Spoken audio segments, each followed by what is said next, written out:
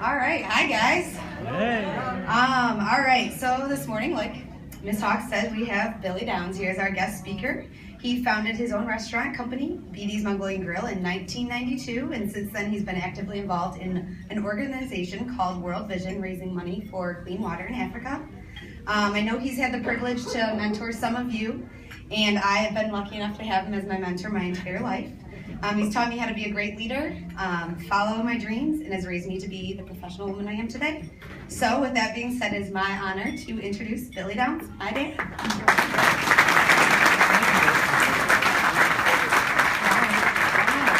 I want Amanda to stay up here for a second. So you didn't tell him like how I dragged you into the business. Sorry. Age 11. Age 11. I'm just going to show you a visual. So she was hosting at one of our restaurants in Novi, Michigan at age 11.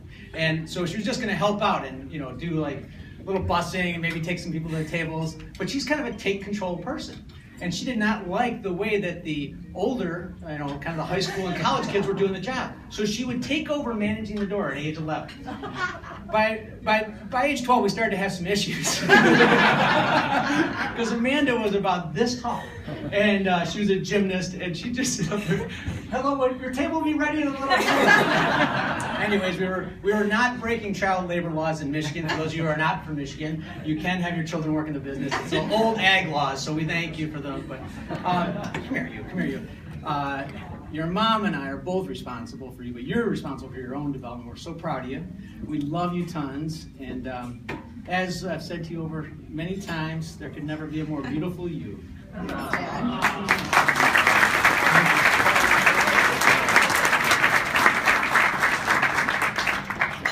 That's true for all you grads too. There could never be a more beautiful you. Boy, it's exciting to be here today. You hear the music in the background. You guys hear the music? Joaquin, you can. Oh, it's gone now. Someone's on that. We'll bring it back on. Okay, thank you. You got it on your remote. There's their nap for that? Okay. I remember being in your exact shoes at this moment, although it was a little flip-flop because we did our banquet on graduation after graduation. So I think there was more mimosas being drank at that time for some reason.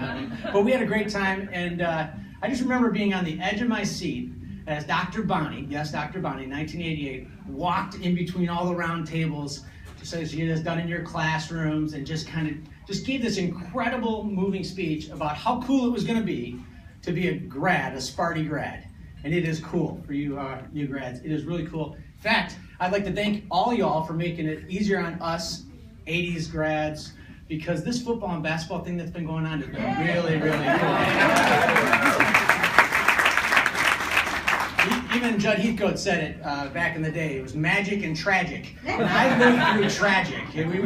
We didn't get much action and good stuff, but it was fun. We were at Jenison and all that stuff. But, as I sat there, and it was a kind of a time of reflection and looking back at the fun things that we did at MSU and the dumb things we did at MSU. And it was a time of celebration, and it was a time of anticipation, because you didn't really know what was going to be in the future.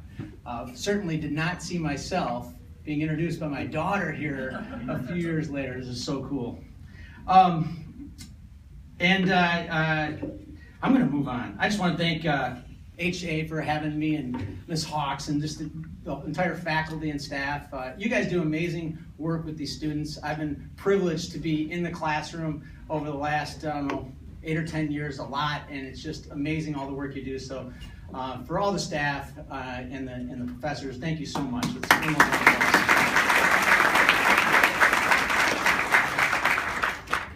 So Ms. Hawks has been great to share some data with me. I'm like, Ms. Hawks, tell me, how many of these kids got jobs? What do we got? Who's hired? Who's not? What do we know?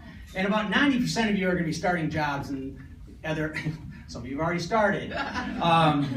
Some of you will be starting soon, but about 90% of you are going to be starting jobs this summer, which is exciting, very exciting. A number of you are also going on to grad school, which is very exciting, and a couple more are probably just still trying to figure it out, and that's okay too. But so I started thinking, all right, well, if 90% of the crowd is really going to be starting a job, there's probably some things I could tell you that might help you. And I don't know. We'll see. You may say, I don't need that, whatever. But I've kind of boiled it down to about 7 things that I want to share with you today. 7 things. And I'll make it more specific. If you retain one of these things, that's okay with me. All right?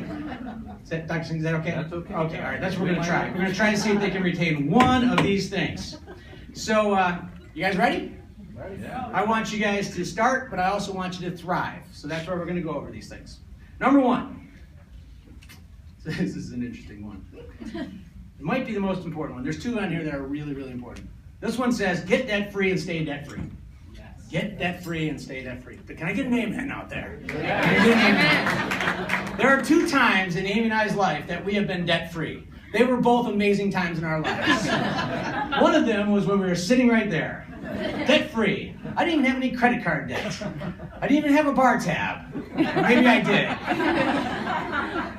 I worked at Crunchies. You could actually keep a tab open for a long time at Crunchies if you worked there. So the second time was 2008. So 1988 to 2008, and we accumulated a significant amount of debt during that time. But it really didn't matter if we had just a couple $1,000s in debt or millions in debt. It was still debt, and we still had to carry it around, and it was a pain in the butt. And you're a slave to the debt. A slave to the debt. Now, I know the reality that some of you are sitting out there and you're like, wow, well, I'm sitting there with 40 grand in student loans right now. That is debt. In case you're wondering. Now, President Obama may say it's not, because he gives it away a lot, and there's not a lot of interest connected to it right now. In fact, there's a program that you can have the debt wiped out, but it's for a small percentage of the population that sit in the room. And I looked through all the jobs you have, and none of you have that job. I don't think that's going to allow you to eliminate that debt. But how can we do? What are we going to do with this thing? It's just going to sit out there. In fact, I've been interviewing grads of not only our school but other schools over the last couple weeks since I knew I was going to give this talk. And I said, what's one thing? And this thing about debt just keeps coming up. I was on the train from Chicago to Ann Arbor on, Amy, was it Thursday night, I think it was. Thursday night, sat next to an attorney named Joe, grew up in Ann Arbor, went to U of M actually, came out with this incredible amount of debt from both his undergrad and his law degree, and spent 15 years paying off the debt. 15 years. And he's an attorney. He's making good coin. You guys get it? I'll tell you this, the average salary in the room is around 40 grand coming out. So if you come out right now with 40 grand in debt, and 40, you guys get it? This is tough math, right? So we need to have a plan. You need to have a plan. How are you going to get rid of the debt? Some of you have credit card debt. Some of you just got a gift from my hometown, the city of Detroit. What have they done for all these new grads? Dean Rainey, what have they done? They said, you can have a brand new car! Thank you very much. You new grad special. For this, we're going to give you this unbelievable deal, a brand new car.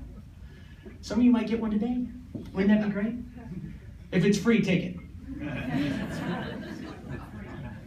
If your parents are going to buy you a car, come on, take it. Hopefully they don't go into debt.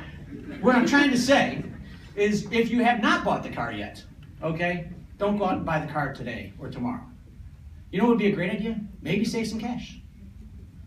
Maybe not take another big loan out. Maybe save some cash and buy a used car that has about 10,000 miles on it and save yourself thousands and thousands of dollars. Thousands and thousands of dollars. If you're stuck with that debt, come up with a plan on whatever debt, credit card debt, if it's school loans, whatever the debt is, and get rid of that stuff fast.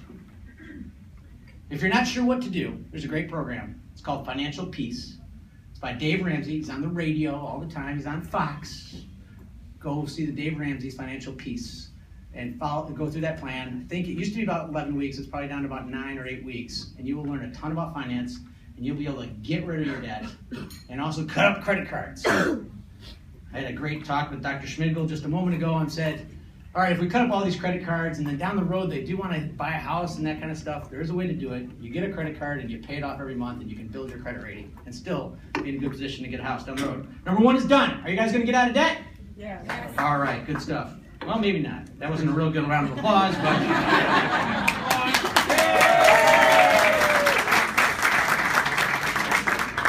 Are we having fun yet? Yes.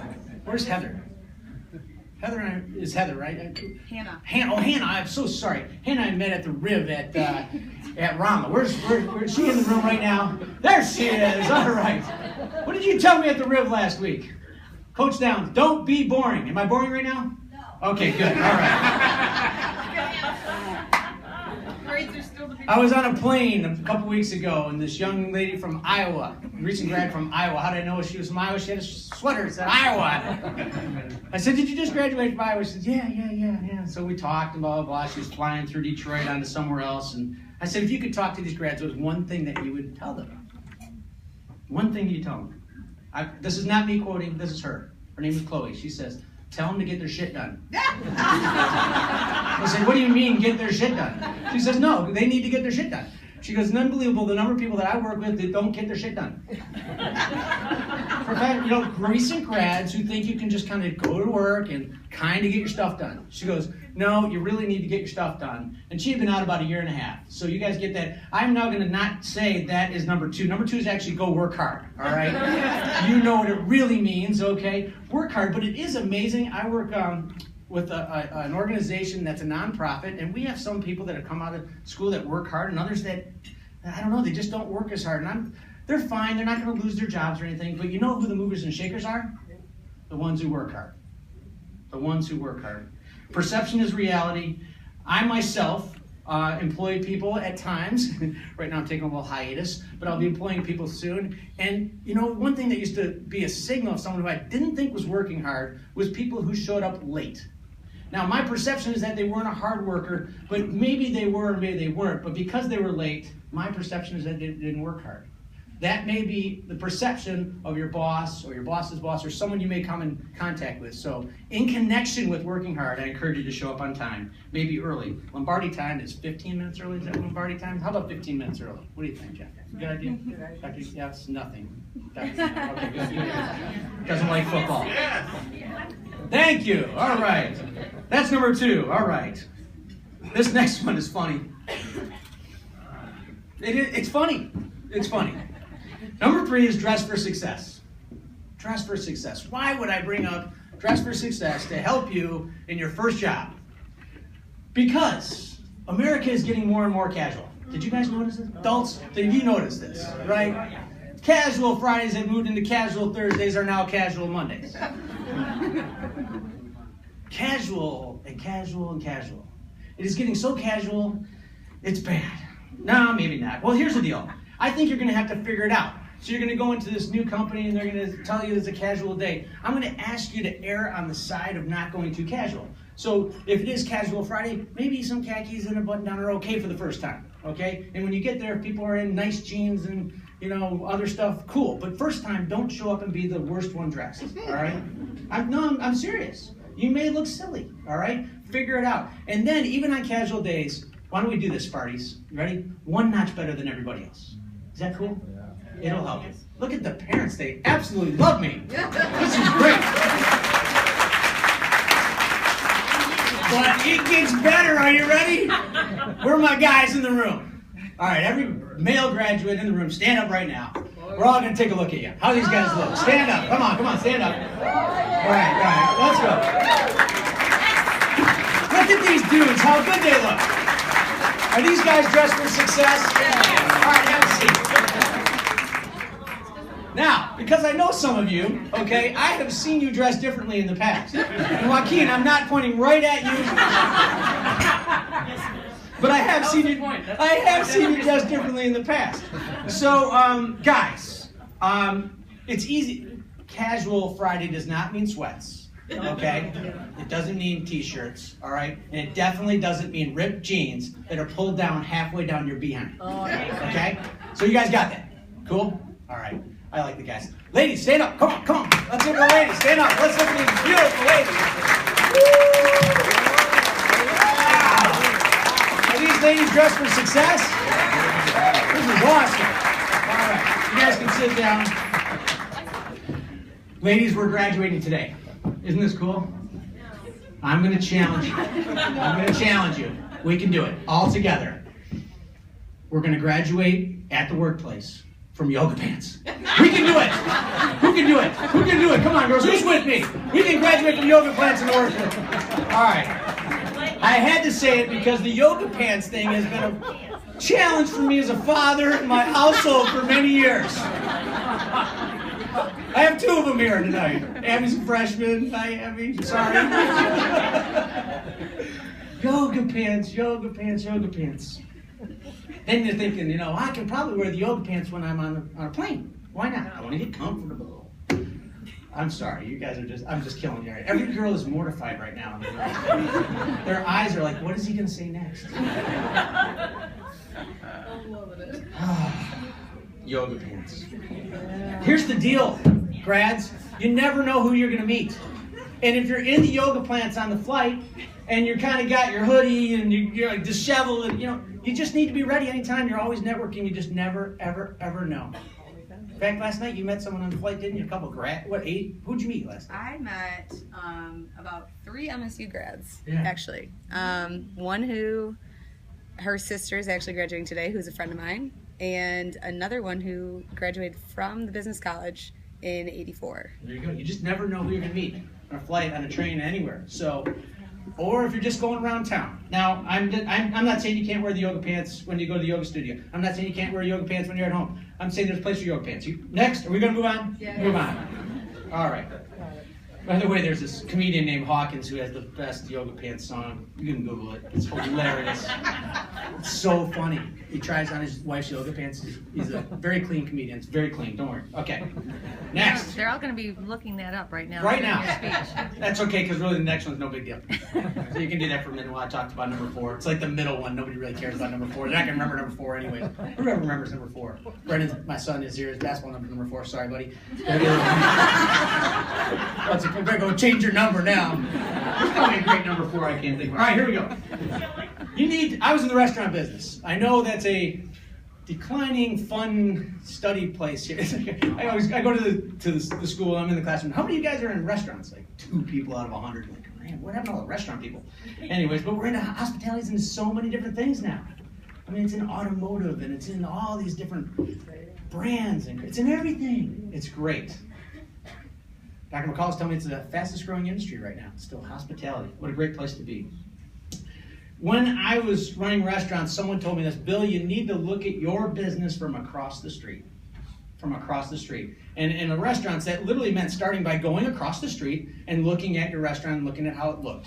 And then as you went through the restaurant, to take a look at it from the guest or the customer's point of view. Does that make sense to everybody? So my advice to you is really to look at your business, whatever it is, from the guest or customer's point of view, and that may help you. Someone's actually writing that down. There we go. That's good. You could be in web business and be looking at it from the guest or consumer point of view. All right, number 5. I'd like to thank Dr. Chicky for this one. Dr. Chicky, I remember he's helped me in the last couple of years dream bigger. Dream big. I know he's done it with a lot of you along the way. He sat Amanda and I down one time and had a discussion about dreaming big. I want to encourage you to dream big, set your sights high, and on this one, don't let the world knock down your dreams or other people knock down your dreams. Because you're going to have a lot of people that are going to say, you can't do this. No, you can't do that. No, you can't do that. You set your dreams high and try and shoot for your dreams. Believe you can get there.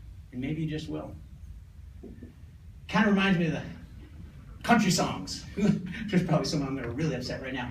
But if you like country music, I apologize for this part. But the country music songs, there's so many of them about, your dog died, your boyfriend left, your girlfriend left, someone was messing with my truck.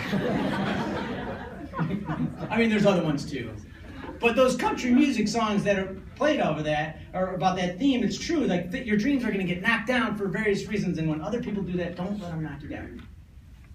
And this one you can control. Don't knock yourself down. What do I mean? I mean, don't do dumb things. Really. I mean, we're going to do dumb things, but don't do really dumb things. I'll give you an easy one. Uber is a good idea, okay? Use the Uber app. I mean, there's other things that we can do. Don't do dumb things. You guys got that one? Dream big is really number 5. Number 6. Today's challenge. Ooh, we're getting into today's challenge. You're all going to be challenged, all you grads out there today, from Coach Dents. So here we go. I told you to dream big. I want you to look at the next 5 years, and I want you to start thinking about goals and SMART goals. Now, the good news is I know that you've all learned SMART goals in this school, or somehow you have skipped over a class or 2.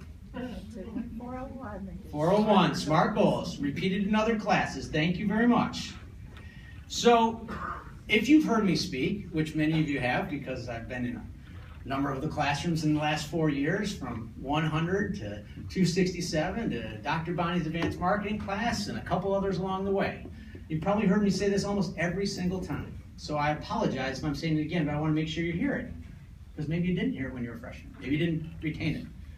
There was a survey that I read in 2003 of Denver real estate agents in the residential real estate space. Does that make sense to everybody? Not commercial. They sell homes.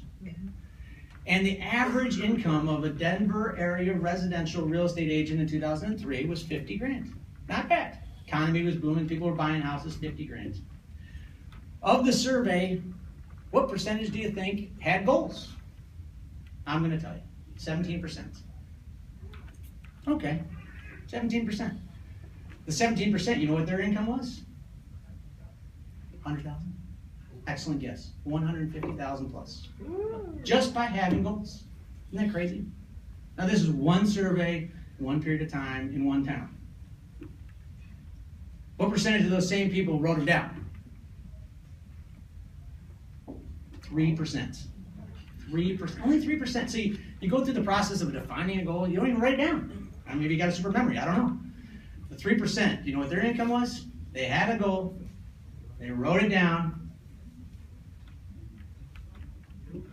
Almost. It was over $500,000 in 2003. 10 times the average. Just one survey, but I think you get my point. Have goals. Write them down. So I'm going to challenge you.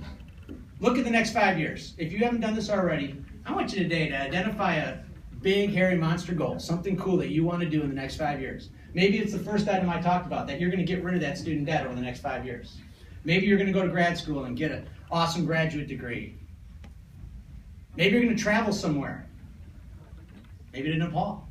Help out. Maybe something cool. But challenge yourself to do something big in the next 5 years. Part 2 of this, you know where I'm going. I want you to write it down. All right, I want you to write it down. And I want you to write it down by 4 o'clock today before you run across that stage. Walk across that stage. Are you? They're going to run. Are you with me?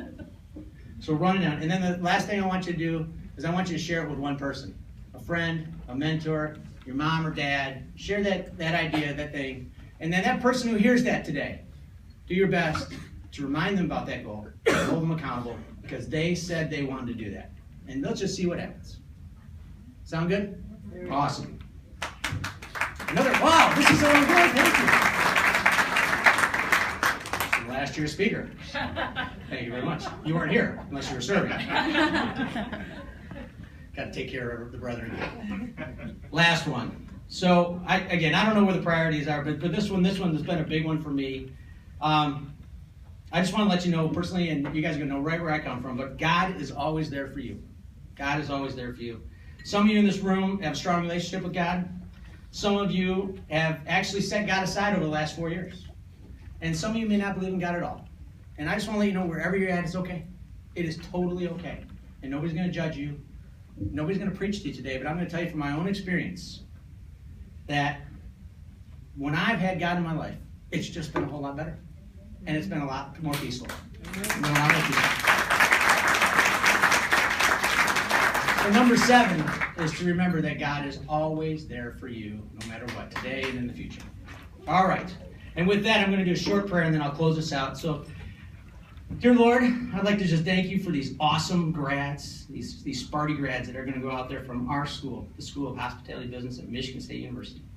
Thank you for all the people that have helped them along the way, including their parents, their guardians, their mentors, teachers, coaches, friends, and others. I ask you to watch over them, all of them, in their steps over the next few years. And I thank you always for being there for us. In your name, amen. Amen. So it does come back to one last country song. I know. It's my favorite country song, and I don't even like country music. And you guys probably heard it. In summary, God is great, beer is good, and people are crazy. Thank you very much.